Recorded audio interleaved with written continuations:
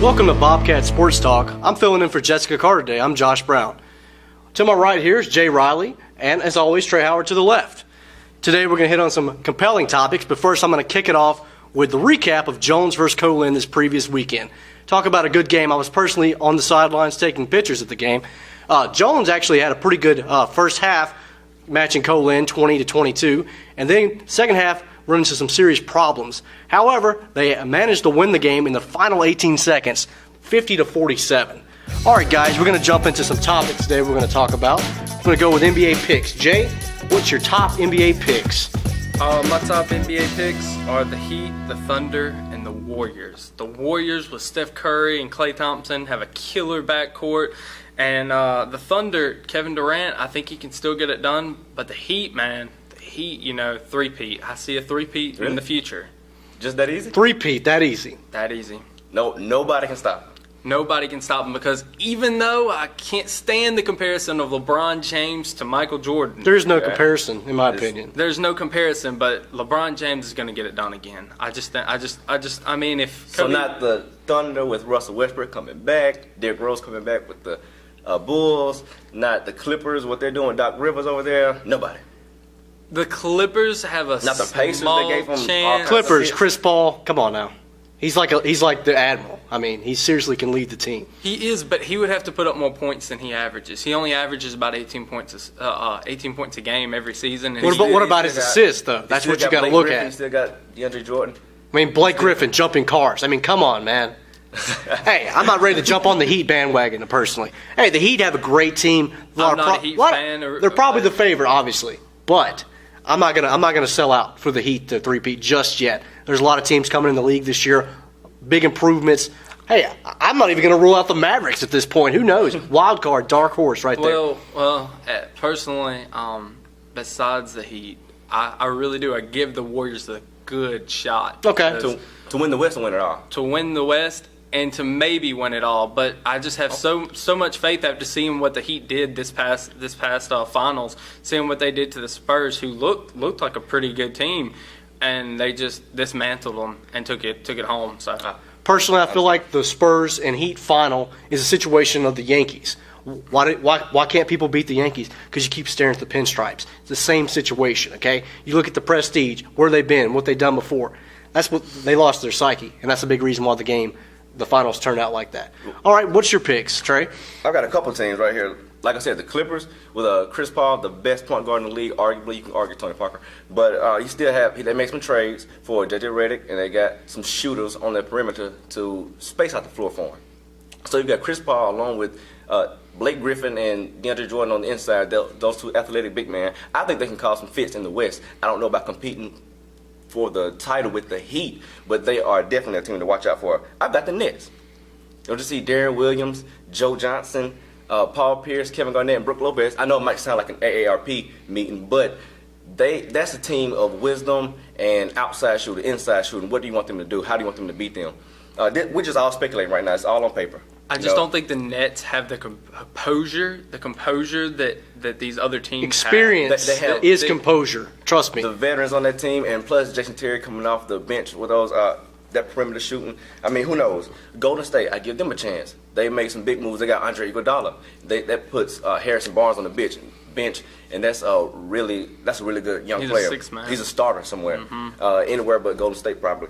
You still have Houston. I mean, Houston makes some moves. Dwight Howard. Dwight Howard, what is he going to do? Is he going to be the Orlando Dwight Howard or the LA Dwight Howard? Right. I mean, if he's Orlando, you got to know they're going to at least make it to the second round, maybe the Western Conference Finals. I mean, these are some teams. The biggest question with Dwight Howard is, does he really want to be playing for the Rockets? Because he didn't want to play for the Lakers. I think he wants to play more than he wanted to play for LA, because I think he wanted to play for Brooklyn at first, but he settled for LA. Now he made his choice. Now he's in Houston, where he would want to be, where it can be his team along with James Harden. And I think he plays much better than he did in LA. You still got Derrick Rose coming back for the Bulls. That's what I'm looking out for right there. That team, if he plays like Derrick Rose and not worried about his ACL, how can I tear it again? I mean, he's going to be on the tear. If he's 100%, then the Bulls are going to make a run, in my opinion. No doubt. The Pacers, the Knicks, you've got even the Spurs. I'm not counting the Spurs out. Hey, anybody but the Pelicans, folks. We're going to put faith in any team. I mean, come on. That's the ultimate killer. Pelicans. Was the Gophers taken? I mean, come on, guys. The Pelicans. But it's a myriad of teams that can challenge the Heat and possibly take the championship from the Heat and stop it. How many teams do we have in the NBA? What, 32? 30? Okay, we got 29 possible options to take the Heat down. Hey, target on their back, always, okay? What about, you just mentioned the Pelicans. You think the Pelicans take down the Heat? Okay, excuse me, 28 teams. All right, guys, when the season starts. We're going to go ahead and transition into college football Heisman Watch. All right, who's on the board besides Johnny Manziel? We already know. Johnny Football, throat slash, cut, whatever. Let's talk about who's putting up numbers, taking their team solid places. Trey. Besides Johnny Manziel, and he's not even the top of my list. Besides Johnny Manziel, I've got Marcus Mariota out of Oregon. He's put up 1,003 yards. Video game numbers. And the offense hadn't turned the ball over yet. I mean, that offense, that team, if he can keep this, if he can ride this wave past Stanford, past UCLA. Hey, you're playing Cal. How do you turn it over, you know? I know, right? Past those Tennessee, teams, the good teams in Pac-10, if they can keep this going, they can be the number one, possibly number two team in the nation, and they can be led by Marcus Mariota in that offense. I think he, along with Taj Boyd and Sammy Watkins and Clemson, those two are Heisman picks. I've even got Mike Evans out of Texas A&M. He's got 691 big yards. Numbers. Alabama game, 279 Johnny yards. Manziel's Big deal. man. I mean, even the dark horse out of Oklahoma State, the quarterback, Sean Manning, he's got 2,038 yards, and he's put up 21 touchdowns already in 4 games. That's crazy. That's video game numbers. He's on the board. You've got Jameis Winston on the board, obviously. It's a lot of talent. Jeremy Hill. Hey, you could put up big numbers against Bethune-Cookman, Florida State. Of course. Cupcake schedule. Jeremy Hill, running back out of LSU. The running back, Todd Gurley, out of Georgia, even though he's out. Maybe he comes back. The running back out of Texas A&M, another Texas A&M player, Molina. These guys are all Heisman candidates, but at the top I have Marcus Mariota out of Oregon. Big numbers, definitely got to put him up there. If they can hang on, beat teams like UCLA and Stanford in the Pac-12, championship, get a BCS berth. I think so. I think it's going to take more than big numbers, but Mariota is solid right now. No interceptions, touchdowns. The rushing attack. I feel like he's definitely a solid top candidate. Darren Thomas in backfield. Exactly, Darren Thomas. Okay.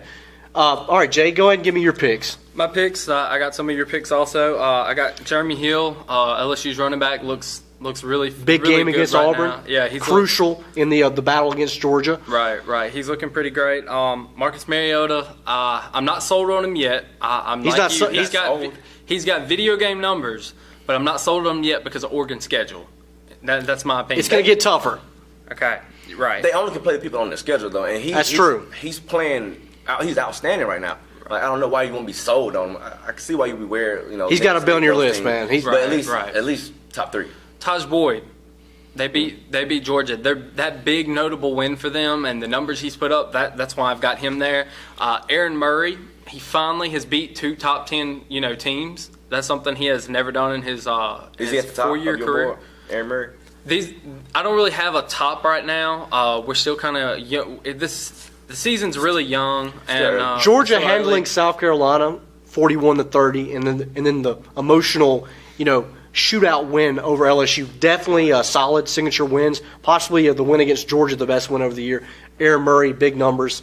Also have pretty sure Mike close Evans. to 330 yards, something like that.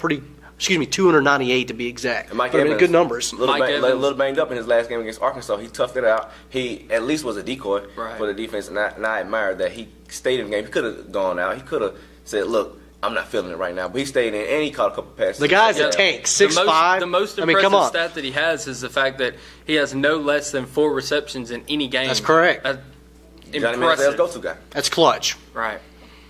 Okay, guys, we're going to go from Little League to Big League. NFL Power Rankings. Who's heating it up right now? Go ahead, Trey. Right now, the ESPN top 5 are, in this order, Broncos, Seahawks, Saints, Patriots, and the Chiefs. I have no qualms about the top 4. Even though I think the Patriots are there because they're 4-0 instead of showing that they're a really good team, I I might have Seattle ahead of the Broncos, but it's here or there. But number 5 is my problem. The Chiefs. They are 4-0. They do look good, but last year they were 2-14. I don't think they have proven enough to be in that top 5 slot right now. The Chiefs have a lot to prove. They still have a lot to prove. They are new good. Coach, new quarterback, but still schedule. They got some pretty tough teams coming up. How are they going to play? I think the Patriots have a lot to prove also. You do? Tom Brady, Belichick, nothing to prove, son. I still think they have a lot to prove because I don't know if they're going to get past, even though they're 4-0 right now and they've toughed it out so far, I still don't know if they're going to get past some of the other teams on their schedule, their remaining schedule.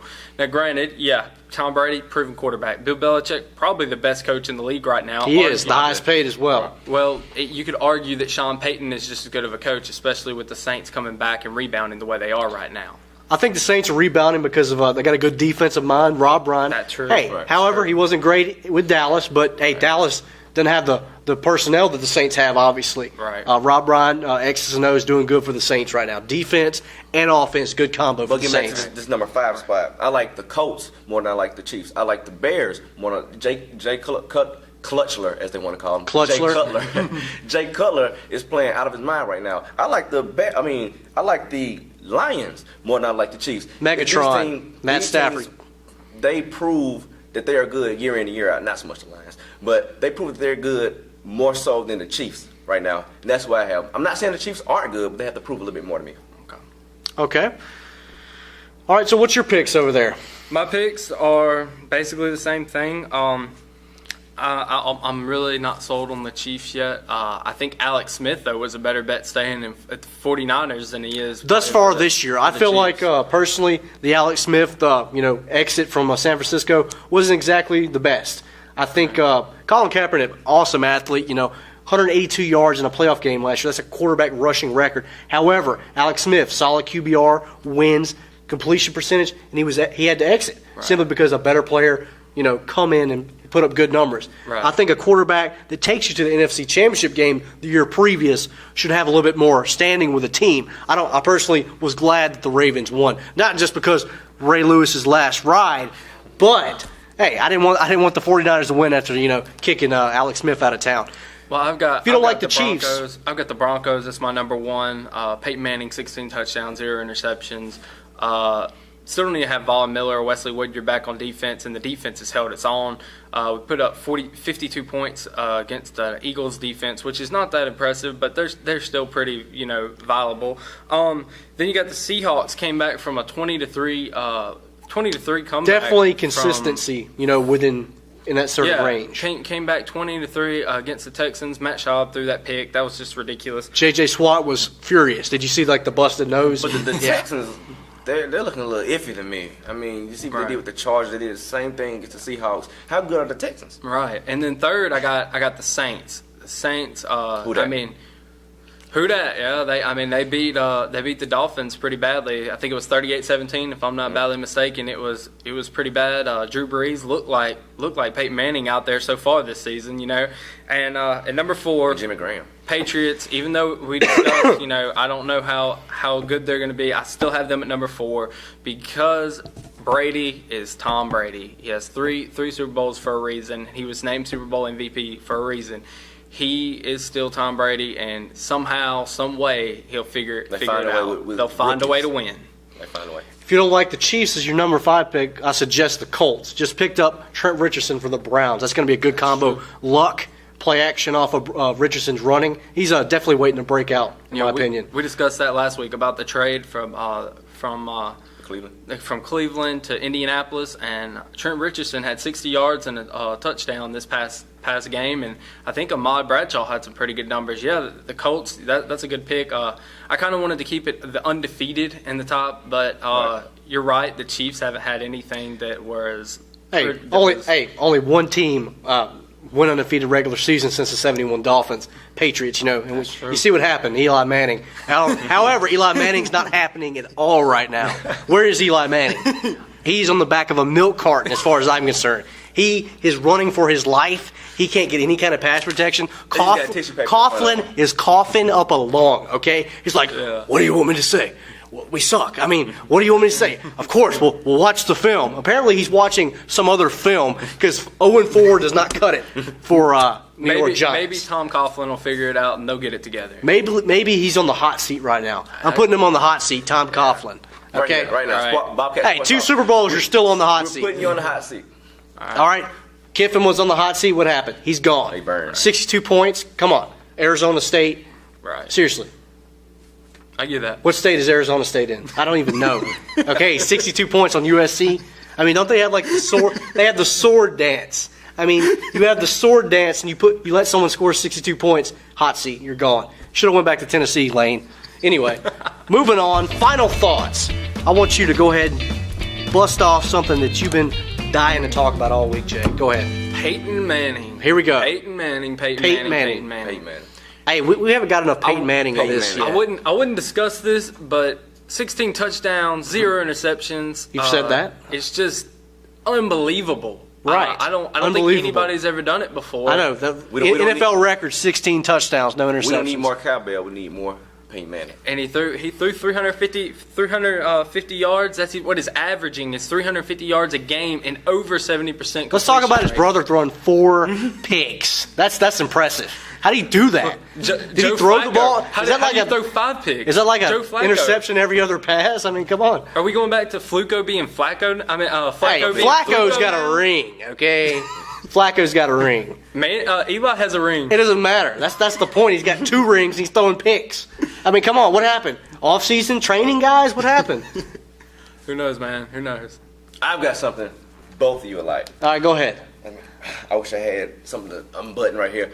This targeting rule in this Alabama-Ole Miss game, the rule itself, I get the concept. I get what you're trying to do. Safety. Safety first. But the guy And was teamwork. ejected. The guy was ejected. Then they overturned the ejection. But they kept the 15-yard penalty. That's ridiculous. So what you're saying is, Ridiculous. no, we thought you tried to hurt him, but you didn't really try to hurt him. But, hey, the We gonna yards give you these- we gonna stand. give you these 15 yards, though. That could change the entire game. It did.